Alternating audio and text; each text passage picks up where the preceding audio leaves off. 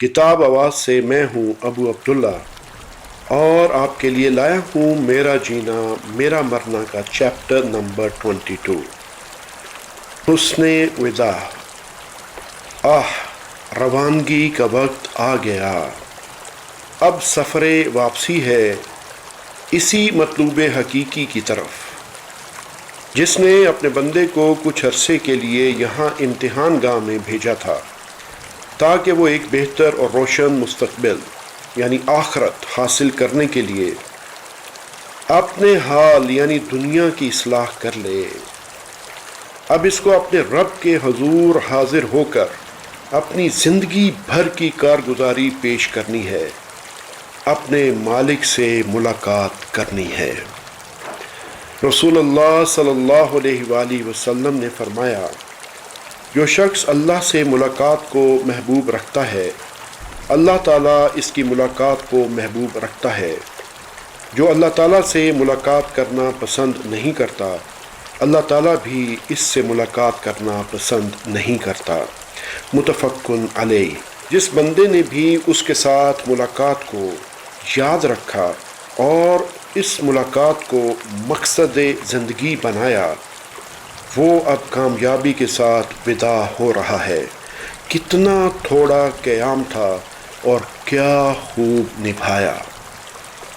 اس کے برعکس وہ جو منصب، عہدے، شان اور جاہ و جلال کے ساتھ دنیا میں رہنے کے انتظامات کی فکر میں لگا رہا، دنیا کے مشاغل نے سوچنے ہی نہ دیا کہ اتنا تھوڑا قیام اور اتنی زبردست تیاری۔ بغیر ایئر کنڈیشن گاڑی کے گھر سے نہ نکلنے والا بھی آج اسی گھاٹ پر سوار ہو کر نکل رہا ہے، اور ان گاڑیوں کو حسرت سے دیکھنے والے کی بھی آج وہی سواری ہے۔ جنازہ لے جانا، رخصتی اور امتحان۔ انتہائی ناخوشگوار، کٹھن اور غم سے بوجھل ترین گھڑی وہ ہوتی ہے جب جنازہ گھر سے اٹھایا جاتا ہے۔ آپ کے لیے یہ وقت خصوصاً صبر و برداشت اور ایمان کی پختگی کے امتحان کا ہے۔ اس میں کامیاب ہونے کی کوشش کریں اور بے قابو جذبات کی سمت بدل کر اپنے خاندان کے فرد کو دعاؤں کے تحفے دے کر رخصت کریں تو دونوں کے لیے اجر ہی اجر ہے۔ دیر نہ کریں۔ جنازہ لے جانے میں غیر ضروری تاخیر نہیں کرنی چاہیے۔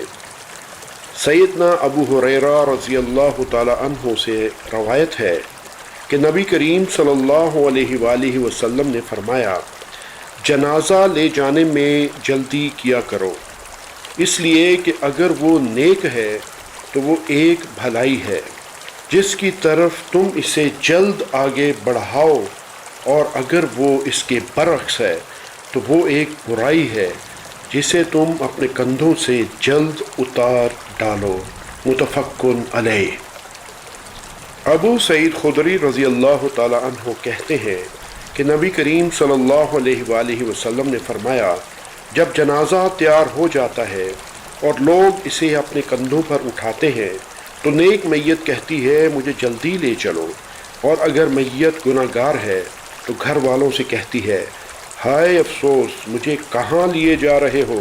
اس کی یہ آواز انسانوں کے علاوہ تمام مخلوق سنتی ہے، اگر انسان سن لیں تو بے ہوش ہو جائیں۔ بخاری۔ رفتار۔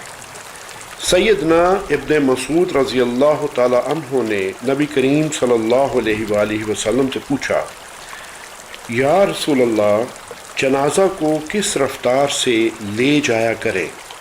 آپ صلی اللہ علیہ وآلہ وسلم نے فرمایا، جلدی جلدی دوڑنے کی رفتار سے کچھ کم۔ ابو داؤد۔ کندھا دینا۔ جنازہ کے ساتھ جانا اور کندھا دینا مسلمان کا مسلمان پر حق ہے۔ رسول اللہ صلی اللہ علیہ وآلہ وسلم کا ارشاد ہے، جس نے 3 بار جنازہ کو اٹھایا اس نے میت کا حق ادا کر دیا، پھر جس قدر اسے زیادہ اٹھائے گا زیادہ ثواب کمائے گا۔ سنن ترمذی۔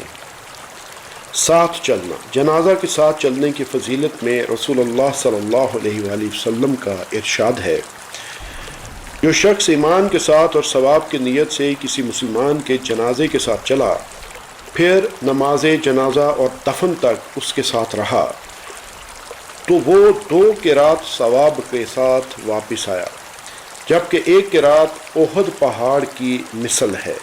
اور جو شخص اس کی نماز جنازہ پڑھ کر دفن سے پہلے ہی لوٹ آیا تو وہ 1 قرات ثواب کے ساتھ واپس آیا۔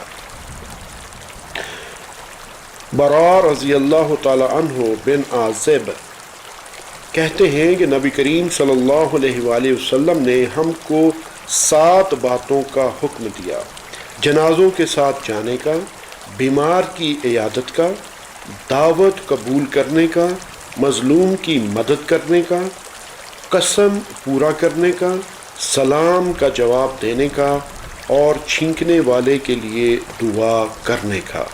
بخاری۔ ایک اور موقع پر نبی کریم صلی اللہ علیہ وآلہ وسلم نے فرمایا، بیمار کی عیادت کرو اور جنازہ کے ساتھ چلو، یہ عمل تمہیں آخرت یاد دلائے گا۔ احمد۔ پیدل اور سوار کا حکم۔ پیدل جنازے کے قریب رہتے ہوئے آگے پیچھے دائیں بائیں چل سکتا ہے، البتہ پیچھے چلنا افضل ہے، اور سوار کو جنازے کے پیچھے چلنا چاہیے، تاہم بلا عذر سواری پر جانا مکروہ ہے۔ بحوالہ ابو داؤد، احمد، بہیقی۔ عورتیں نہ جائیں۔ جنازہ کے ساتھ رہنے اور دفنانے تک کا یہ اجر صرف مردوں کے لیے ہے، عورتوں کے لیے نہیں۔ عورتوں کا جنازے کے ساتھ نہ جانا افضل ہے۔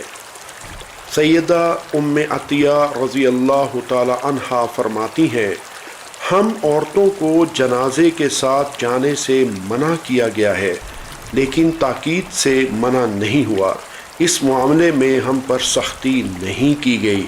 بخاری۔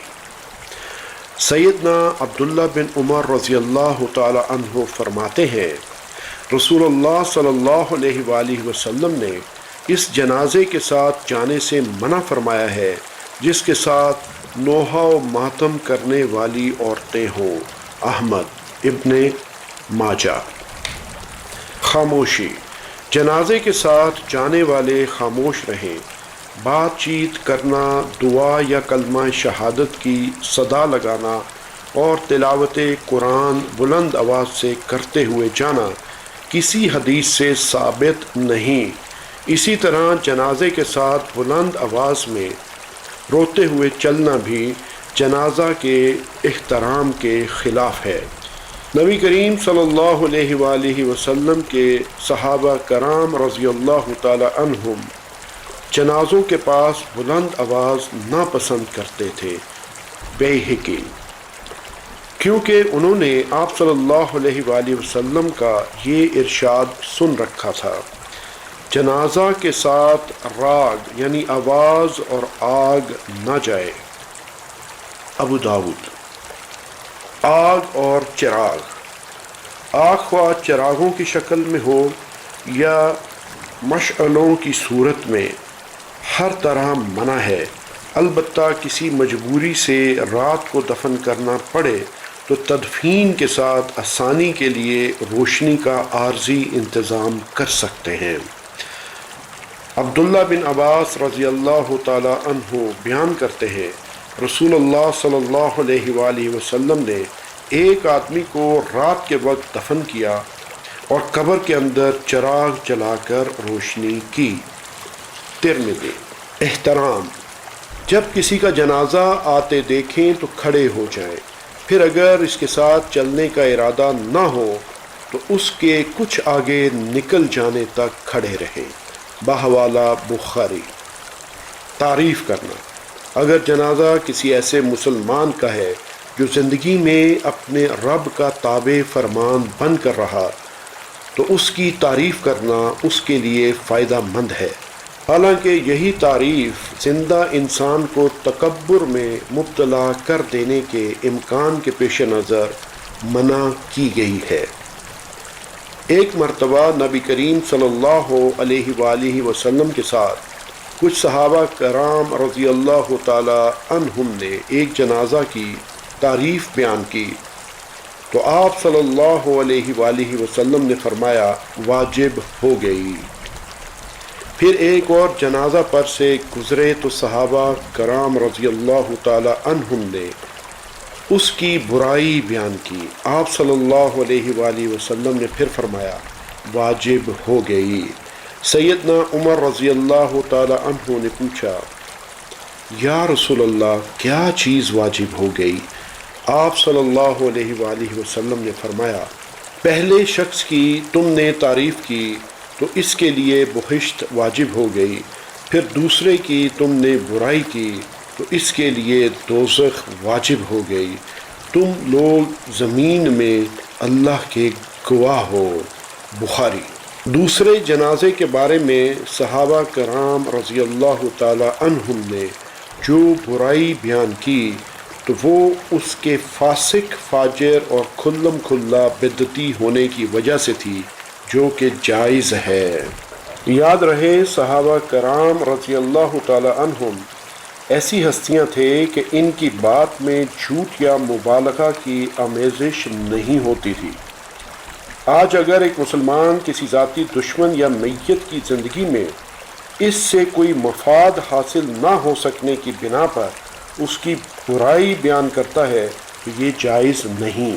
راحت و نجات۔ ابو قتادہ انصاری رضی اللہ تعالی عنہ بیان کرتے ہیں کہ رسول اللہ صلی اللہ علیہ وآلہ وسلم کے سامنے سے ایک جنازہ گزرا تو آپ صلی اللہ علیہ وآلہ وسلم نے پوچھا آرام پانے والا ہے یا آرام دینے والا ہے؟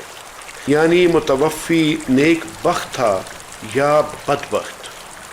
صحابہ کرام رضی اللہ تعالی عنہم نے پوچھا یا رسول اللہ آرام پانے والا یا آرام دینے والا سے کیا مراد ہے؟